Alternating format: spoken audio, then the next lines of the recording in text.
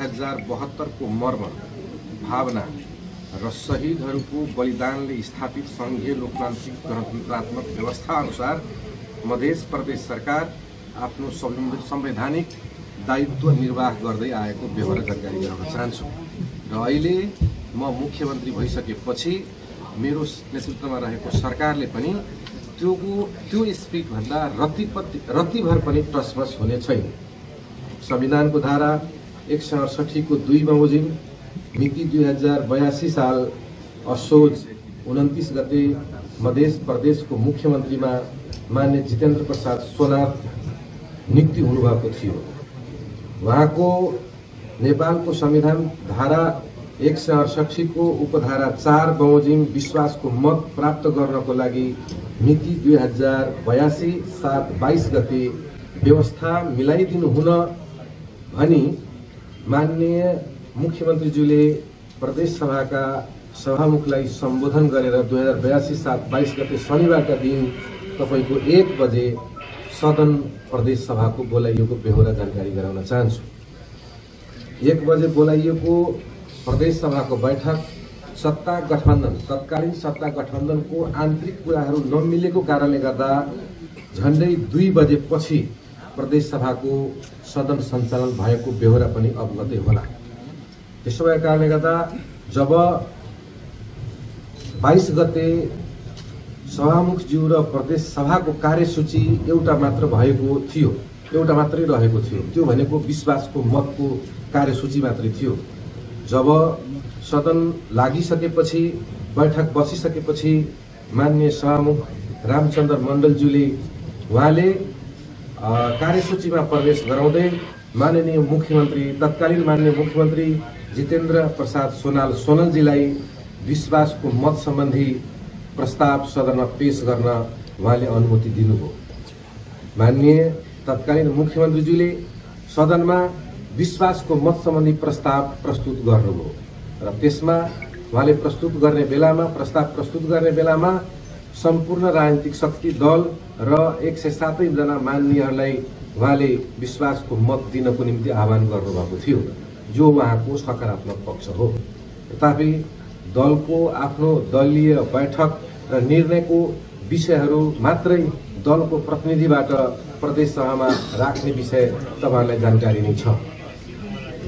नेकपा एमाले मध्य प्रदेश सभाको सबैभन्दा ठूलो राजनीतिक दल भएको कारणले गर्दा सुरुवातमा नेकपा एमालेको प्रमुख सचेतक मान्य हरिनारायण महतोले आफ्नो दलको निर्णय सुनाउनुभयो र प्रदेश सभामा सरकारको पक्षमा मतदान हामी गर्दैनौं, विपक्षमा बस्छौं भन्ने सम्बोधन गर्नुभयो। त्यस्तै नेपाली कांग्रेसको तर्फबाट नेपाली कांग्रेसको प्रमुख सचेतक कुमारकान्त झाजीले सरकारको विपक्षमा मत गर्ने उहाँको दलीय निर्णय सुनाउनुभयो। त्यसपछि सत्ता गठबन्धनका जसपाका पूर्व मुख्यमन्त्री माननीय लालबाबु राउतजीले सरकारको पक्षमा मतदान गर्ने पार्टीको निर्णय सुनाउनुभयो।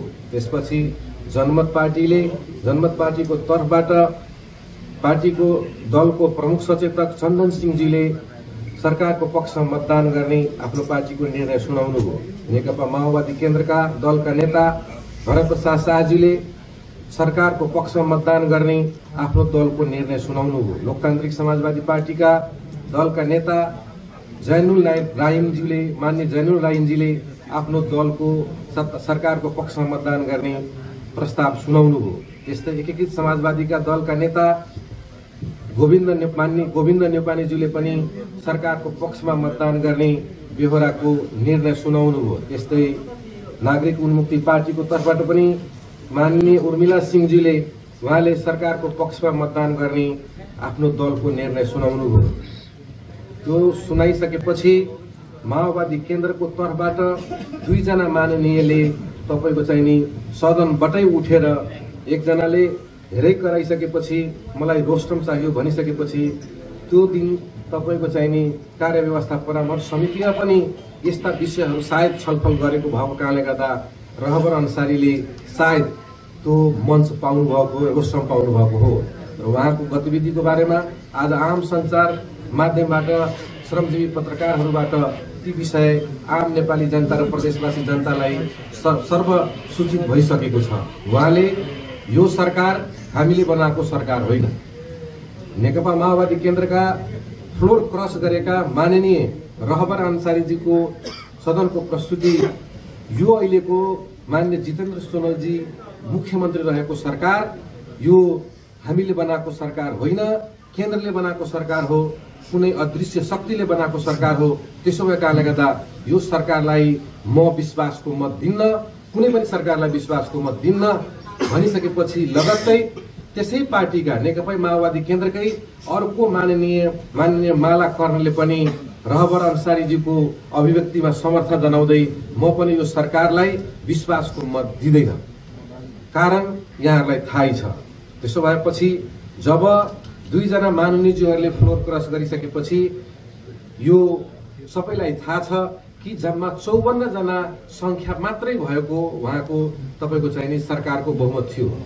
हामीलाई म एज अ हाम्रो पार्टी नेकपा एमाले प्रतिपक्षमा बस्ने निर्णय गरिसकेपछि पनि हामी के अनुमान गरेका थियौं भने यो सरकारसँग स्पष्ट प्रदेश सभाको सदस्यहरूको समर्थन रहेको छ। त्यसो भए कारणले गर्दा यो सरकार ढल्दैन भन्ने हाम्रो विश्वास थियो। तर जनमतको तर्फबाट दुईजना माननीयको अनुपस्थिति र नेकपा माओवादी केन्द्रको तर्फबाट दुईजना माननीयको फ्लोर क्रस सम्बन्धी जुन विषय छ, मलाई लाग्छ माननीय जितेन्द्र सोनलजीको तत्कालीन मुख्यमन्त्रीको सरकार ढल्नुको महत्त्वपूर्ण कारणै यही हो भन्ने विषयमा कुनै पत्रकार साथी, कुनै प्रदेशवासी र नेपाली जनता मलाई लाग्छ यसबाट बेखबर छैन। भइसकेपछि त्यसपछि तपाईको माननीय जितेन्द्र सोनललाई सभामुखज्यूले पुनः तपाईको चाहिने विश्वासको मत माग्न र तपाईको चाहिने उहाँले प्रस्ताव गर्नु। सबै दलहरूको प्रतिक्रिया सुनिसकेपछि, विद्रोही सांसदहरूको पनि प्रतिक्रिया सुनिसकेपछि माननीय जितेन्द्र सोनलजीले फेरि सदनमा रोस्टरमा उठेर उहाँले फेरि पनि नेकपा एमाले र नेपाली कांग्रेससँग विश्वासको मत माग्नु हो र सँगसँगै विद्रोहमा उत्रिएको मान्यजीलाई पनि यो सरकारलाई समर्थन गरिदिनुस् भनेर तपाईको चाहिने विश्वासको मत माग्नु हो। तर त्यो वातावरण नबनिसकेपछि माननीय जितेन्द्र सोनल लगायतका सत्ता पक्षका मान्यज्यूहरूबाट अब यो सदन 10 मिनटको लागि स्थगित गरौं, किन भन्दाखेरि विश्वासको मत घट्यो हाम्रो भन्ने स्पिडका तपाईको चाहिने कुरा राखिसकेपछि माननीय प्रदेश सभाका सभामुखज्यूबाट तपाईको 10 मिनटको लागि सदन स्थगित गरेको विषय यहाँहरू सबैलाई जानकारी भएकै विषय हो। 10 मिनटको लागि स्थगित भएको प्रदेश सभा तपाईको चाहिने माननीय सभामुख रामचन्द्र मण्डलजीले दलको नेताहरूलाई उहाँ आफ्नो चेम्बरमा बोलाउँदा नेपाली कांग्रेस र नेकपा एमाले बाहेकका दलको नेता आउने अवस्था त्यहाँ भएन। अब नभएको कारण के हो मलाई जानकारी छैन। त्यसो भए कारणले गर्दा यो भइसकेपछि पनि तपाईको चाहिने सभामुखजीले पटक पटक आग्रह गर्नुभयो म 10 मिनटको लागि सदन तपाईहरुको लागि सत्ता पक्षकै लागि सरकारकै लागि तपाईहरुकै रिक्वेस्टमा म स्थगित गरेको छु। त्यसो भए कारणले गर्दा चाँडो आइदिनु पर्यो, सदन सुचारू गर्नको निम्ति तपाईहरुले वातावरण बनाइदिनु पर्यो। विश्वासको मत सम्बन्धी एउटा मात्रै कार्यसूची भएको कारणले गर्दा यसमा सत्ता पक्षबाटै जसले विश्वासको मत माग्दैछ ती माननीयहरूबाट, ती दलका नेताहरूबाट पनि असहयोग नहोस् भन्ने स्पिडबाट जब सभामुखको आग्रह हुँदै पनि उहाँहरू नआउने वातावरण बन्यो। त्यसपछि हामीले सोध्यौं नेकपा एमाले संसदीय दलको नेताको हैसियतले मैले र नेपाली कांग्रेसको संसदीय दलका नेताका हैसियतले मान्य कृष्ण यादवजीले सभामुखजीलाई भन्नुभयो अब तपाईले प्रक्रिया अगाडि बढाउनुस् भन्दा झन्डै 1.5 घण्टा पछि पुनः प्रदेश सभाको सदन सञ्चालन भएको विषय यहाँलाई जानकारी छ। जब त्यो सदन सञ्चालन भइसकेपछि मत विभाजनको निम्ति चारैतिरको ढोका बन्द गरिसकेपछि मत विभाजनमा जान लाग्दा सभामुखको आसनको दाहिनेपट्टि र देब्रेपट्टिको संकेत गरिसकेपछि तपाईको चाहिने अब विश्वासको मत खेल त करिब भइ नै सकेको थियो। यो मधेसवासी जनता, प्रदेशवासी जनता सब तमाम न्यायप्रेमी पत्रकारलाई जानकारी भएको विषय हो। त्यसपछि केही समयपछि आएर मान्य जितेन्द्र सोनलज्यूले म यो सदनबाट मलाई विश्वासको मत प्राप्त गर्ने अवस्था रहेन, उहाँले आफैले सम्बोधन गर्नुभएको छ। यो सदनबाट मैले राखेको प्रस्तावमा यहाँ यो सदनले मलाई विश्वासको मत दिने अवस्था रहेन। त्यसो भए कारणले गर्दा म राजीनामा दिन्छु। त्यो भनेको मौखिक राजीनामा हो। अब मलाई के लाग्छ भने अब यो मौखिक राजीनामाको अर्थ रहेन र मैले के देखेँ भने सदन स्थगित भइसकेपछि मात्रै बेलुकी सदनमा विश्वासको मत फेल भइसकेपछि मात्रै बेलुकी प्रदेश प्रमुखकोमा गएर प्रदेश प्रमुखज्यूकोमा गएर उहाँले राजीनामाको पत्र साँझ तपाईँको उहाँलाई बुझाउनु भएको छ। मान्य प्रदेश प्रमुखज्यूलाई म अब तपाईँलाई निवेदन गर्न चाहन्छु, भोलिपल्टबाट अब सरकार निर्माणको नयाँ प्रक्रिया कसरी सञ्चालन गर्ने भन्ने हिसाबले मान्य प्रदेश प्रमुखज्यूबाट जुन पहल जुन तपाईँको चाहिने के अरे राय परामर्शको लागि जुन विषय थालिया थियो त्यसै प्रक्रियामा नेकपा एमाले तपाईँको चाहिने संसदीय दलको नेताको हैसियतले मलाई पनि बोलाउनु, मलाई उहाँले सोध्नुभयो अब कुन प्रक्रियाबाट तपाईँको चाहिने नयाँ सरकार बनाउन अगाडि बढाउँ, कुन धाराबाट नयाँ सरकार बनाउने प्रक्रिया अगाडि बढाउँ, तपाईँको दलको राय के छ। म पत्रकार साथीहरूलाई म आग्रह गर्न चाहन्छु, मैले प्रदेश प्रमुखज्यूलाई जे सल्लाह दिएको छु त्यही शब्द आज उच्चारण गरिरहेको छु। मैले उहाँलाई के भने म पूर्व मन्त्री भए पनि म नेकपा एमालेको दलको नेता भए पनि मलाई यो सम्बन्धी कानुनको यथेष्ट जानकारी प्रशस्त जानकारी मसँग छैन।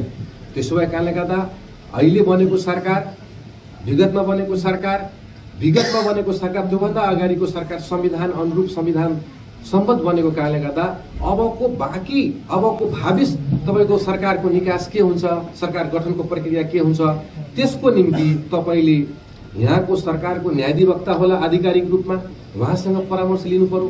तपाईँलाई कसलाई लाग्छ तर कानुन विज्ञसँग कानुनको ज्ञातासँग तपाईँले परामर्श लिएर धारा 2 मा जान्छ भने धारा 2 मा लैजानुस्, नेकपा एमालेलाई कुनै आपत्ति छैन। धारा 3 मा जान्छ भने धारा 3 मा लैजानुस्, नेकपा एमालेलाई कुनै आपत्ति छैन भनेर मैले उहाँलाई सल्लाह आफ्नो तर्फबाट दिएर फर्किसकेपछि उहाँले सदनमा रहेका 10 वटै राजनीतिक दलसँग उहाँले परामर्श लिनुभयो र त्यसपछि कानुन विज्ञहरूसँग पनि परामर्श लिनुभयो। लिइसकेपछि जब तपाईँको सदनको लाइभ सदनको रेकर्ड तपाईँको चाहिने र सदनमा भएको गतिविधि समेटेर मलाई लाग्छ सभाको तर्फबाट प्रदेश सभाको तर्फबाट जुन प्रदेश प्रमुखको कार्यालयलाई प्रदेश प्रमुखज्यूलाई सम्बोधन गरी पठाएको पत्र अनुसार जुन वातावरणको सिर्जना भएको थियो उहाँको नजरमा मलाई लागेको हुन सक्छ यो विश्वासको मत फेल भएको हो। पटक धारा 2 अनुसारको सरकार बन्दा पनि तपाईको चाहिने असफलता प्राप्त भइरहेकोले सदन अहिलेको के भन्छन् 2072 को संविधानको धारा 168 को धारा 3 मा अब सरकार बनाउने तपाईको चाहिँ प्रक्रिया अवलम्बन गर्नुपर्छ भन्ने निष्कर्षमा पुगिसकेपछि मलाई तपाईको चाहिँ फोन आयो करिबन तपाईको चाहिने 10:45 म फेरि पनि भन्छु समय मलाई एक्ज्याक्ट थाहा थिएन, वातावरण त्यति राम्रो थिएन, म घरि हेरेर पनि गएको थिएन। 10:45 10:30 10:11 वा 11 को बीचको समय होला मलाई उहाँले बोलाएर तपाई अब म धारा 3 को अनुसार तपाईलाई नेकपा एमाले मध्य प्रदेश सभाको सबैभन्दा ठूलो दलको हैसियत र त्यसको तपाई नेता भइसकेपछि तपाईलाई मुख्यमन्त्रीमा नियुक्त गरेको छु, यो नियुक्ति पत्र लिनुस्। र अब मैले भने नियुक्ति पत्र मैले बुझेँ, म सार्वजनिक पनि गरेको छैन, म त्यति विज्ञापन एडभर्टाइज गर्ने मान्छे पनि होइन। त्यसै कारणले मलाई शपथ त गराइदिनु पर्यो भनिसकेपछि मलाई तपाईँ तयारी भएर आउनुहोस्, म गयो कपडा लगाएर तयारी भएर जब फोन गरेँ मलाई नियुक्ति पत्र लिएर गएको सूचना उहाँले प्राप्त गरिसकेपछि सिधै प्रदेश प्रमुखको कार्यालयको अगाडि लोसपाका मान्ने लोसपाका समर्थक कार्यकर्ताहरूले प्रदेश प्रमुखको कार्यालयको गेटमा निवासको गेटमा धरना बस्ने, अब मुख्यमन्त्रीज्यूलाई शपथ ग्रहण गर्न नजाने दिने भन्ने खालको अभिव्यक्ति भइसकेपछि मलाई तपाईको त्यही अवस्थाको बारेमा प्रदेश प्रमुखको कार्यालयबाट मलाई जानकारी भयो। भनिसकेपछि अब कन्फर्टेसनमा जाने कि बल प्रयोग गरेर शपथ ग्रहण गर्ने कि मान्यज्यूहरूलाई लछार पछार गरेर हटाएर शपथ ग्रहण गर्ने कि भन्दा म के निष्कर्षमा पुगेँ भने उपयुक्त वातावरण बनाइदिनुस्, शपथ म त्यसपछि खान्छु भनिसकेपछि अब तपाईको चाहिँ नि म निदाको पनि अवस्था थियो। एकछिनमा थाहा मैले के पाएँ भने प्रदेश प्रमुखज्यूको सचिवालयबाट फोन के आयो भने अब प्रदेश प्रमुखज्यू बिरामी हुनुभयो, अब उहाँ काठमाडौँ निस्किन लाग्नुभयो, अब तपाईँको शपथ नहुने भयो भनिसकेपछि मलाई लाग्छ त्यो विषय पनि निवर्तमान मुख्यमन्त्री जितेन्द्र सोनाललाई पनि मलाई लाग्छ उहाँले भन्नुभएको विषय सार्वजनिक मिडियाहरूमा आइसकेको छ। त्यो भइसकेपछि मैले उहाँलाई दबाब दिएकै हो, यसमा म पछाडि हट्दिनँ, म झुटो बोल्दिनँ। मैले प्रदेश प्रमुखजीलाई के भने लोकसभाले वा तपाईँको लोकसभाको बाट बनेको मुख्यमन्त्रीले दबाब दिँदाखेरि तपाईँले मलाई मुख्यमन्त्री नियुक्त गर्नुभयो तर शपथ ग्रहण नगराउने होइन भनिसकेपछि म नि तपाईँलाई घेर्छु नि, नेकपा एमाले तपाईँलाई घेर्छ नि। अब केयरटेकरमा मुख्यमन्त्री छ, नयाँ मुख्यमन्त्रीको नियुक्ति भइसक्यो, तपाईँले मलाई शपथ नखुवाइकन मेरो पद एक्टिभ हुनेवाला छैन। त्यसो भए कारणले गर्दा मध्य प्रदेशको झन अन्योन्यताको वातावरण सिर्जना हुन्छ। तपाईँ कहाँ हुनुहुन्छ, जहाँ हुनुहुन्छ मलाई त्यही शपथ गराइदिनु पर्यो भन्ने स्पिडबाट मैले बोलेकै हो। र तपाईँले अब त्यहाँ सक्नुहुन्न भने कुन उपयुक्त ठाउँ हुन्छ त्यहाँ मलाई शपथ खुवाइदिनु पर्यो भनेर मैले रिक्वेस्ट गर्दाखेरि म त निस्किसकेको छु। तपाईँ आउनु सक्नुहुन्छ भने बर्दिवासतिरै आउनुहोस् भन्दा बर्दिवासमा गएर पानस होटलमा इमान्दारितापूर्वक त्यही मैले नियुक्ति प्राप्त गरेकै त्यो नियुक्ति पत्र तपाईँको चाहिँ नि मैले के अरे अनुसार मैले शपथ खाएको। म तपाईँलाई निवेदन गर्न चाहन्छु अहिलेको अवस्थामा अब यो सबै विषयलाई तपाईँको चाहिँ नि यो अवस्थामा आइसकेपछि मैले तपाईँको शपथ ग्रहण गरिसकेपछि मेरो पद एक्टिभ भइसकेपछि म तपाईँको चाहिँ नि जानकारी गराएको विषय छँदैछ। अब म केही बुदाहरू तपाईँहरूको बिचमा राख्न चाहन्छु। साँच्चै नै जेनजी आन्दोलनपछि अहिले खालि मधेसको मात्रै होइन पुरै देशकै अवस्था त्यति राम्रो छैन। हालको राजनीतिक तरङ्ग मध्य प्रदेशको स्थायित्व र लोकतान्त्रिक संस्कारका लागि चुनौतीपूर्ण बनेको बेहोरा तपाईँलाई जानकारी गराउन चाहन्छु। वर्तमान मुख्यमन्त्री संविधानको धारा 168 को 3 बमोजिम संवैधानिक बाध्यात्मक अवस्थाको भएको बेहोरा पनि जानकारी गराउन चाहन्छु। सबै दल र माननीय प्रदेश सभा सदस्यहरूलाई सरकारलाई सहयोग गर्नको निम्ति यो पत्रकार सम्मेलन मार्फत म अनुरोध गर्न चाहन्छु। संवैधानिक निरन्तरता, शान्ति, स्थायित्व र सुशासन सुनिश्चित गर्न मध्य प्रदेशको अहिलेको वर्तमान सरकार प्रतिबद्ध रहेको विषय जानकारी गराउन चाहन्छु। यो सरकार कुनै प्रतिस्पर्धात्मक आदेशका लागि होइन, संविधानले तोकेको बाध्यात्मक व्यवस्था अनुसार गठन गरिएकोले यसलाई अन्यथा नबुझिदिनको निम्ति अनुरोध गर्न चाहन्छु। र बजारमा मलाई र मेरो दललाई र केही भ्रामक समाचारहरू जुन सम्प्रेषण गर्दैछ कि नेकपा एमाले तपाईँको चाहिँ नि प्रदेश सभा विघटनको जुन तयारी गर्दैछ, म तपाईँलाई जानकारी गराउन चाहन्छु मेरो पार्टी र म प्रदेश सभा संघीयता, संघीय लोकतान्त्रिक गणतन्त्रप्रति 100% प्रतिबद्ध छु भन्ने विषय तपाईँलाई जानकारी गराउन चाहन्छु। र मलाई कसैले पनि तपाईँको चाहिँ नि प्रदेश सभा विघटनको सूचना सल्लाह दिनुभएको छैन। यदि कसैले यो खालको सल्लाह दियो भने त्योसँग मबाटै दुर्व्यवहार हुने बेहोरा तपाईँलाई जानकारी गराउन चाहन्छु। त्यसो भए कारणले गर्दा मेरो पार्टी र म संविधान सभा के अरे बाट बनेको संविधान र संघीय लोकतान्त्रिक गणतन्त्र मध्य प्रदेश सभा प्रति पूर्ण वफादार रहेको विषय जानकारी गराउन चाहन्छु।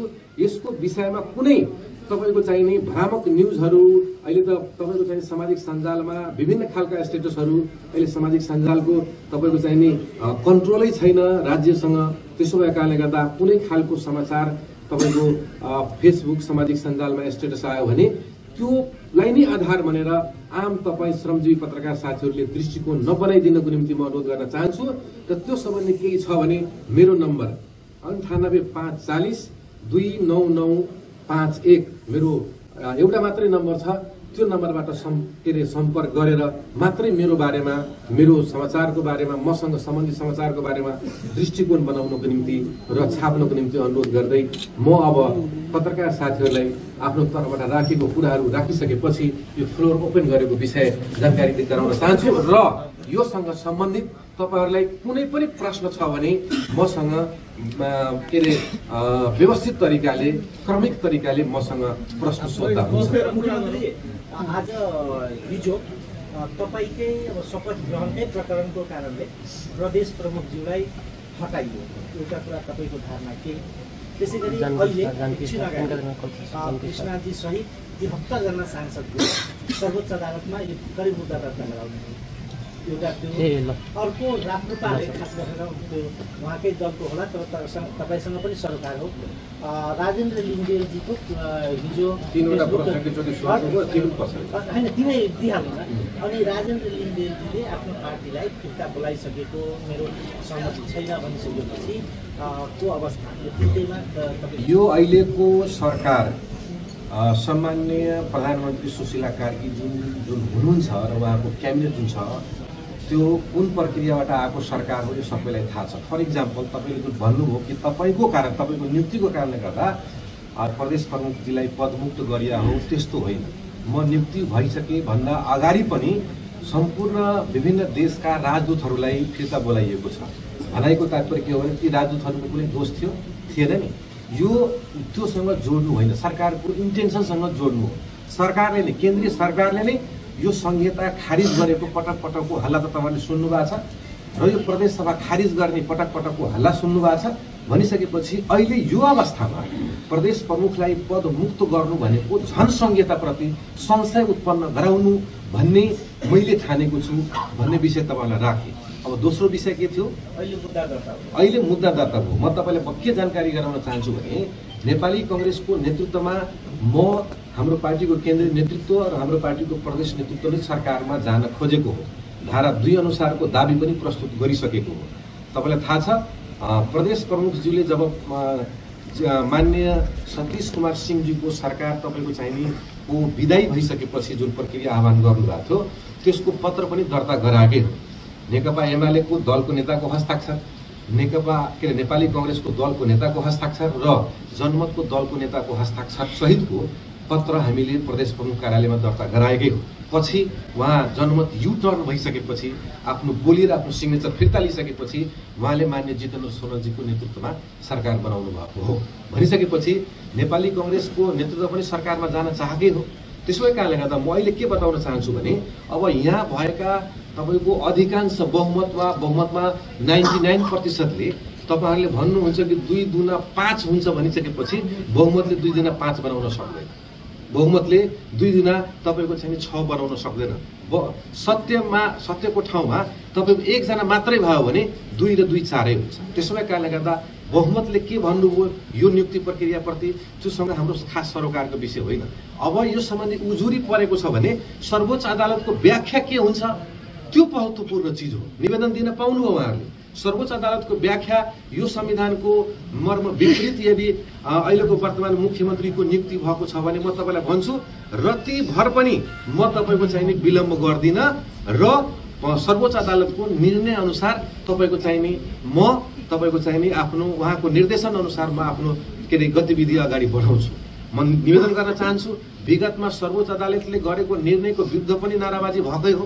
अहिले केही दिन अगाडि मात्रै मान्य जितेन्द्र सोनलको नियुक्ति भइसकेपछि पनि केही साथीहरू केही अराजक तत्त्वहरूबाट त्यहाँ प्रदेश प्रमुखको गेटमा तपाईँको चाहिने प्रदेश प्रमुख मुर्दाबाद, प्रदेश प्रमुख के अरे नस्लवादी हो यो हो भनेर नारा लागेकै हो। त्यसो भए कारणले गर्दा अहिले मेरो नियुक्ति पछि पनि प्रदेश प्रमुखको विरुद्धमा नारा लागेकै हो। त्यसो भए कारण म के निवेदन गर्न चाहन्छु भने नेकपा एमाले नआउने मुख्यमन्त्रीको विरुद्धमा नारा लाउँछ, नेकपा एमाले विगत पनि नारा लाएन विरुद्धमा।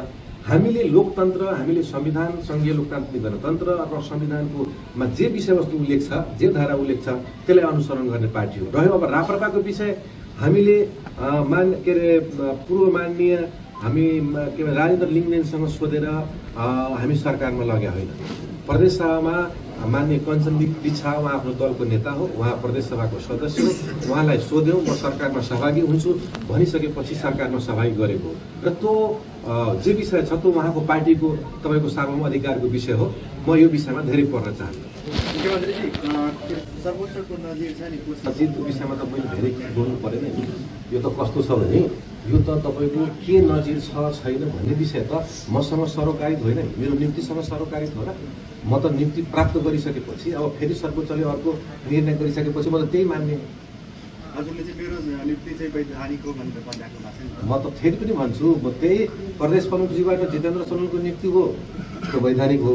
त्यही प्रदेश प्रमुखको हस्ताक्षरबाट सरोज यादवको नियुक्ति हो त असंवैधानिक हुन्छ हो। अब प्रक्रियाको बारेमा त सर्वोच्चले व्याख्या गर्ने हो। यदि मानव तपाईँले भने जस्तै मैले प्राप्त गरेको नियुक्ति मैले खाएको शपथ यदि असंवैधानिक हो भने, जस्तै नजिर छ भने त्यो नजिरको आधारमा जो अहिले तपाईँले हाम्रो रमनजीले भन्नुभयो नि साथीहरूले मुद्दा हाल्न जानुभएको छ, मुद्दा दिनुभएको छ, यदि सर्वोच्च अदालतले त्यो निर्णय आयो भने म आफ्नो शिरमा माथि राखेर त्यो निर्णयलाई शिरोधार्य गर्न तयार छु। मुख्यमन्त्रीजी एउटा जिज्ञासा, जसरी हजुरले मत विभाजन प्रक्रिया र फेल भइसकेपछिको जुन कुराहरू सुनाउनुभयो त्यो त 2081 जेठ 23 गते तत्कालीन जसपा नेतृत्वको मुख्यमन्त्री सरोज कुमार यादवको त 85 मत आएको थियो, त्यो बेला पनि फेल भएको थियो। त्यसो होइन, तर तपाईँ लगायत 6 दलको समर्थनमा त्यति बेला सतीश सिंह मुख्यमन्त्री 168 को धारा 2 बमोजिम नै नियुक्त भयो हैन।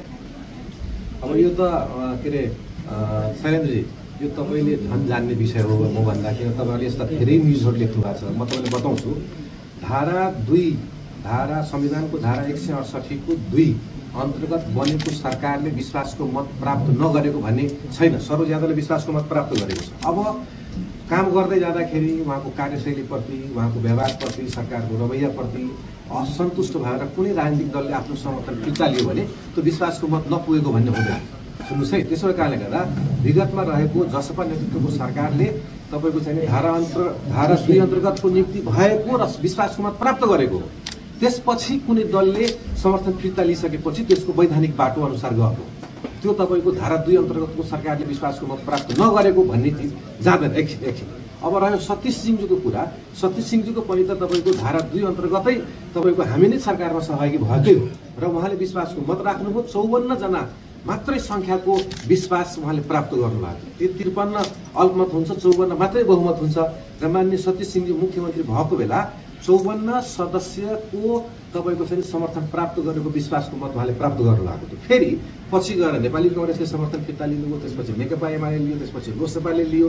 त्यति मात्र होइन, उहाँको आफ्नै दलले आफ्नै मुख्यमन्त्रीको समर्थन फिर्ता लिइसकेपछि तपाईँको चाहिँ नि त्यो विश्वासको मत गुमाउने बेला होइन। समर्थन के अरे त्यो विश्वासको मत प्राप्त गर्ने धारा 2 अनुसारको सरकारको विश्वासको मत प्राप्तै गर्न सकेन। प्राप्त गरिसकेपछि पनि तपाईँको राजनीतिक समर्थन फिर्ता लिइसकेपछि यो केन्द्रको पनि प्र्याक्टिस हो। हिजो देउबाजीको नेतृत्वमा सरकार भएको थियो, हिजो प्रचण्डजीको नेतृत्वमा सरकार भएको थियो, बिचबिचमा त तपाईँको सरकारहरूमा सहभागी दलहरू तपाईँको उलटपुलट भइरहन्छ। त्यो फरक विषय भएको कारणले गर्दा त्योसँग यो विषय नजोड्नको निम्ति अनुरोध गर्छु। जस्तो अहिले मान्य जितेन्द्र सोनलजीले तपाईँको विश्वासको मत प्राप्त गर्नको निम्ति कार्तिक 22 गतेको लागि प्रदेशसँग पत्र पठाउनु भएको थियो। त्योभन्दा अगाडि उहाँले विश्वासको मत प्राप्त गरे होइन नि। उहाँ पहिलोचोटि विश्वासको मत प्राप्त गर्नको निम्ति चिठी पठाउनु भयो र पहिलोचोटिमा असफल हुनु, विश्वासको मत प्राप्त गर्नु भएन। मानव एकछिनको लागि विश्वासको मत प्राप्त गरिसकेको भए फेरि तपाईँको 1 महिनापछि 2 महिनापछि यदि कुनै दलले आफ्नो समर्थन फिर्ता लिएको भए, उहाँको विश्वासको मत नपुगेको भए धारा फेरि 2 अनुसार नै जाने प्रावधान छ।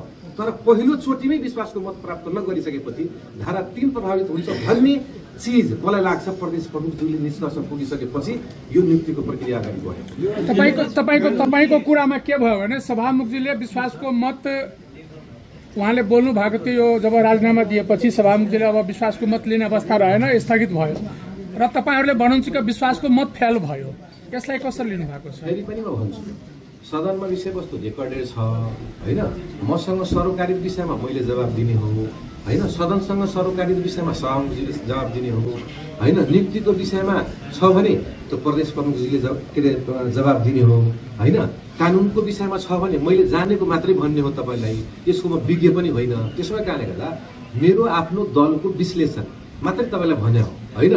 प्रदेशको त रेकर्डेड छ नि, मानौँ न एकछिनको लागि तपाईको चाहिँ तपाईले सबैले सुन्नु भएको छ, तर पनि तपाईको चाहिँ नि कागजी कुराहरू हामी अलि बढी विश्वास गर्छौँ। हामी तपाईको जो राइट चिज, राइट निर्णय र राइट तपाईको चाहिँ नि तपाईको चाहिँ सूचनाको सम्प्रेषण गरौँ भन्ने मेरो निवेदन छ। कानुनी कुरा कानुनले गर्छ हैन। नियुक्ति भएको 2 दिन भइसक्यो, तपाईले अहिले पदभार ग्रहण गर्नको निम्ति साँच्चै यथार्थ भन्ने हो भने प्रदेशमा मुख्यमन्त्रीजीको अहिलेको चेम्बरै छैन। जेनजी आन्दोलनमा जलाइएको मुख्यमन्त्री कार्यालय अहिलेको कवर्ड हलमा मुख्यमन्त्री कार्यालय सञ्चालन छ, त्यसमा प्रमुख सचिवजीको मात्रै मैले कार्यकक्ष देखेँ अस्ति। अब अस्ति जितेन्द्र सोनलजीले कहाँ गएर कार्यभार सम्हाल्नुभयो, मलाई बोलाउनु भएको थिएन हैन, मैले देखेको पनि छैन। गृह मन्त्रालयमा छ मलाई जानकारी छैन। मैले प्रमुख सचिव लगायतका सचिवज्यूहरूलाई मैले सोधेँ, ल हाम्रो कार्यालय कहाँ आउँ, म कार्यभार सम्हाल्न आउँछु भन्दाखेरि कार्यालय छैन, हजुर मिलाएपछि खबर गरौँला भनेपछि 1 दिन भएपछि 2 दिन भयो 3 दिन भएपछि अब मतलब कमसेकम कार्यालय त हुनु पऱ्यो नि। त्यहाँ बस्दाखेरि थुप्रै फाइलहरू सिग्नेचर गर्नुपर्छ होइन, तपाईँको चाहिँ काम प्रक्रियाहरू अगाडि बढाउनुपर्छ, विलम्बै हुन्छ, 1-2 दिन विलम्बै हुन्छ, तर कार्यालय व्यवस्थित गरिसकेपछि मात्रै कार्यभार सम्हाल्छ। मुख्यमन्त्रीज्यू, तपाईँ त्यसै पनि आज मुख्यमन्त्री हुँदा होइन कि ठुलो दलको नेताले यो प्रदेशको अभिभावक हुनुहुन्छ, सबैभन्दा बढी जिम्मेवारी तपाईँमाथि हुन्छ।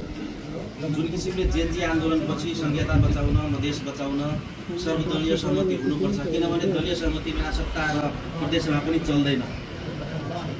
हिजो कसैले रबर र मालालाई प्रयोग गरे, आज तपाईँले अब जसरी राष्ट्रपालले अध्यक्षजीले भन्नुभएको छ, रूपा उहाँलाई बनाउनु भएको छ, कञ्चनजीलाई बनाउनु भएको छ, अनि तपाईँले एउटा ठुलो दलको संसदीय दलको नेताको हैसियतले त्यो किसिमको माहौल बनाउन सक्नु भएन कि त्यहाँ चुक्नु भएको छ कि अहिले काङ्ग्रेसलाई साह्रो पछि आफै बनाउला भन्ने योजना के थियो? अब यसमा पनि तपाईँहरू अलिकति सचेत ढङ्गले समाचार सम्प्रेषण गर्नु जरुरी छ। जेनजी आन्दोलन अघि होस् या जेनजी पुस्ताको आन्दोलन पछि होस्, यो प्रदेशमा तपाईँको चाहिने नेकपा एमालेको सबैभन्दा ठुलो दलै हुनु थुप्रै दलहरूलाई पचेको छैन। नेपाली जनतालाई पचेको छ, किन त्यहीको आधारमा नै ठुलो दल भयो। मधेसको जनतालाई पचेको छ, प्रदेशको जनतालाई पचेको छ, तर ठुलो दल हुनु नै नेकपा एमालेको लागि अन्य दलहरूको नजरमा हामी अपराधीको जस्तो देखिया छ। त्यसै कारणले गर्दा हाम्रो दल के निष्कर्षमा थियो भने हामी ठुलो दल हुँदा पनि हामीसँग गणपूरक सङ्ख्या छैन सरकार निर्माण। त्यसै कारणले गर्दा गणपूरक सङ्ख्या नभएसम्म सरकारको नेतृत्वको दाबी नगर्ने भन्ने हाम्रो कुरा छ। हामी मध्य प्रदेशको जनतालाई पटक पटक आह्वान गर्यौँ र गरिरहेको छु, अहिले पनि गर्छु म, कि हाम्रो दललाई तपाईँको चाहिने यो अल्पमतको सरकार र तपाईँको मिलिजुली सरकारको तपाईँको चाहिने माइन्डेड नदिनुहोस्। ठुलो दल त बनाउनु हो, तर गणपूरक सङ्ख्या नभइसकेपछि अहिलेसम्म कहिले सुन्नु भएको छ दलको नेताले सरकारको नेतृत्वको दाबी गरेका छ? यो इथिक्स मैले राखेको छु।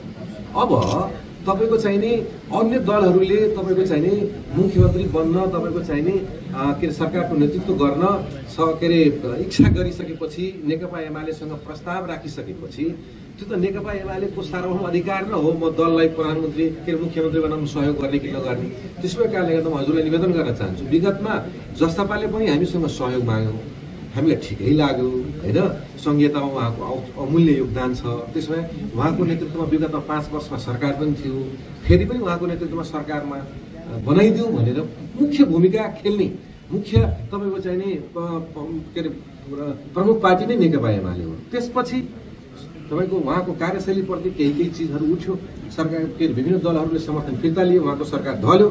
पछि तपाईँको जनमतको के अरे नेताजीले तपाईँको चाहिँ जनमतको राष्ट्रिय अध्यक्षजीले हाम्रो राष्ट्रिय अध्यक्षसँग कुरा गर्नुभयो, महेशजीले हामीलाई कुरा गर्नुभयो कि हामीलाई मुख्यमन्त्री बनाइदिनु पर्यो, सरकारको नेतृत्व दिनु पर्यो।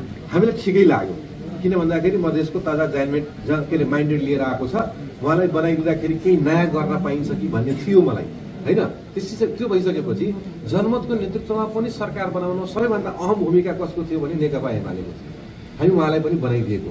जब जनमतको नेतृत्वको सरकार जनमतको आफ्नै कारणले गर्दा तपाईँको ढलिसकेपछि अब गर्ने के भन्दाखेरि नेपाली कङ्ग्रेसले युन सरोजजी नेकपा एमाले अब नेपाली कङ्ग्रेसको नेतृत्वमा सरकार बनाइदिनु पर्यो भनिसकेपछि हामीले नेपाली कङ्ग्रेसको नेतृत्वमा हस्ताक्षर गरेर प्रदेश प्रमुखमा बुझायौँ।